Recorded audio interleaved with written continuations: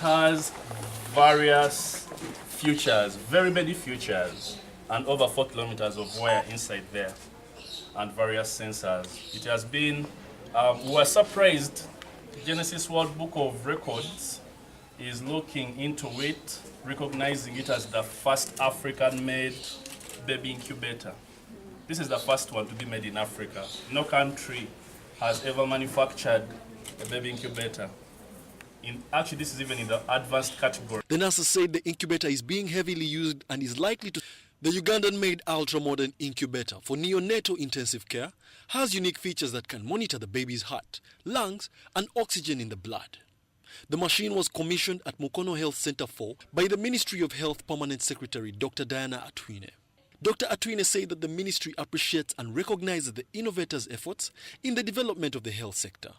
She promised that government will support the initiative by upgrading the project from a prototype to an industrial one. We came here really to look at the work of one of our Ugandan scientists who sat down and thought about the function of a comprehensive incubator for the babies that has all the functions that even what the conventional incubators don't have. So we came to support him, to be with him, to thank him, because when he started about 2 years ago, and when he reached this level, we, together with some other friends, we supported him to come here and also to work to set up this incubator, so that we see in practice whether actually it does that function, or what he claimed it was doing. And really, for the testimonies we've had, and also the users, the medical workers that are here, they testify that this incubator has been very, very helpful, and we have seen more than 55 people. So we really want to encourage innovation. And we hope that really government takes up something like this, because this one is not there. Anywhere in the world you will never get an incubator that has more than 10 functions. And we believe that this prototype, if it is developed, it can actually, it can bring, first of all, good services to our children. But not only that, it will also show that in Uganda we have people who can actually innovate something that is world class, and something that even everyone can adopt to use. So for me, really, I take pride in Samba for the work well done, and we believe really that now it's high time that now you moved higher. You move higher from the prototype to actually manufacturing, and really that's what we want, and we want to support you, we want to associate with you, we want to encourage you that your work is not in vain, that for sure that government should, I am not an authority to speak on innovator support, but definitely we recommend you to the ministry that is responsible. The innovator Chris Nsamba said that the incubator that was rated Best Innovation Uganda for 2016 manufactures oxygen from the environment and monitors breath and alarms when the baby stops breathing. This machine, if there is an emergency with the baby, we can remotely control it over the internet if we don't have any local medical personnel who are close by. This machine, it has very many advanced equipment, advanced features and equipment. We have an oxygen system which can support up to 3 babies at a go. It stores power. In case of power failure, the oxygen can support the baby for some time until either power comes back on or until they start a generator. But our backup systems can go up to around an hour, half, 2 hours if we are using the main oxygen. If we are using the secondary oxygen, our backup can go up to around 24, 25 hours. The features on this machine, if the baby's heart is like running extremely slow, it can alarm. It can alarm the local medics around, and also it can notify us in Tinder. In Tinder, we have a surveillance system, a monitoring base which monitors this machine 24 hours over the internet. So it can notify the local personnel around, and also it can notify us in Tinder if there are any failures.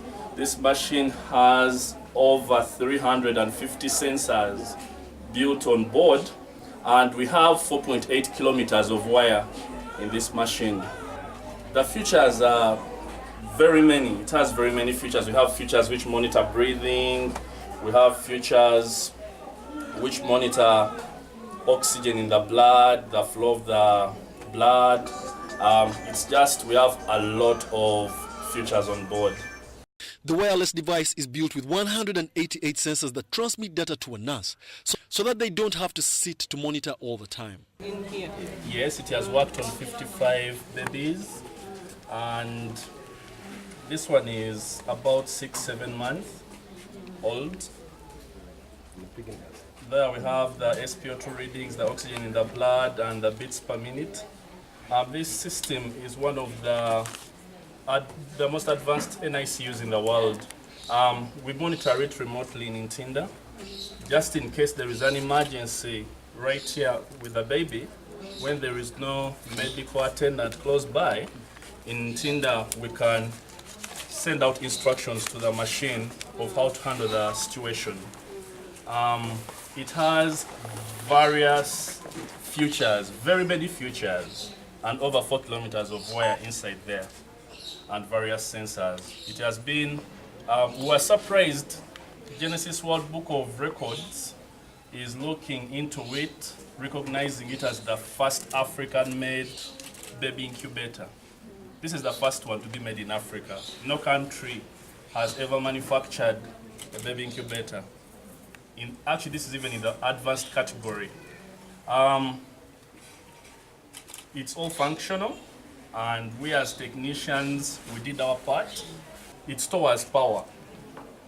If power is off, because now like these babies, when power goes off and the oxygen fails like for 2 minutes, sometimes they just die. So this system stores power. We have 2 units of oxygen. 1 unit can run off power for over 25 hours. The other unit can run for about 2 hours. All those are backups for oxygen. We have also another system which monitors the phototherapy. Like right now, that purplish light is phototherapy, and it is using the 412 wavelength, meaning its phototherapy is more stronger than the normal phototherapy. It's more effective. The nurses said the incubator is being heavily used and is likely to save many lives that would otherwise have been lost. Many babies have been saved, 55 babies now, and all of them, they are now okay with their mothers at home. For us as health workers, it has eased our work because previously we used to lose a lot of lives, a lot of babies, because let me say we deliver a mother, we try to put on oxygen, later we refer, but then on the course of the way babies die. But then now, these days we don't refer babies because we are having that incubator. According to UNICEF, over 4,200 premature babies die every year due to the lack of incubators.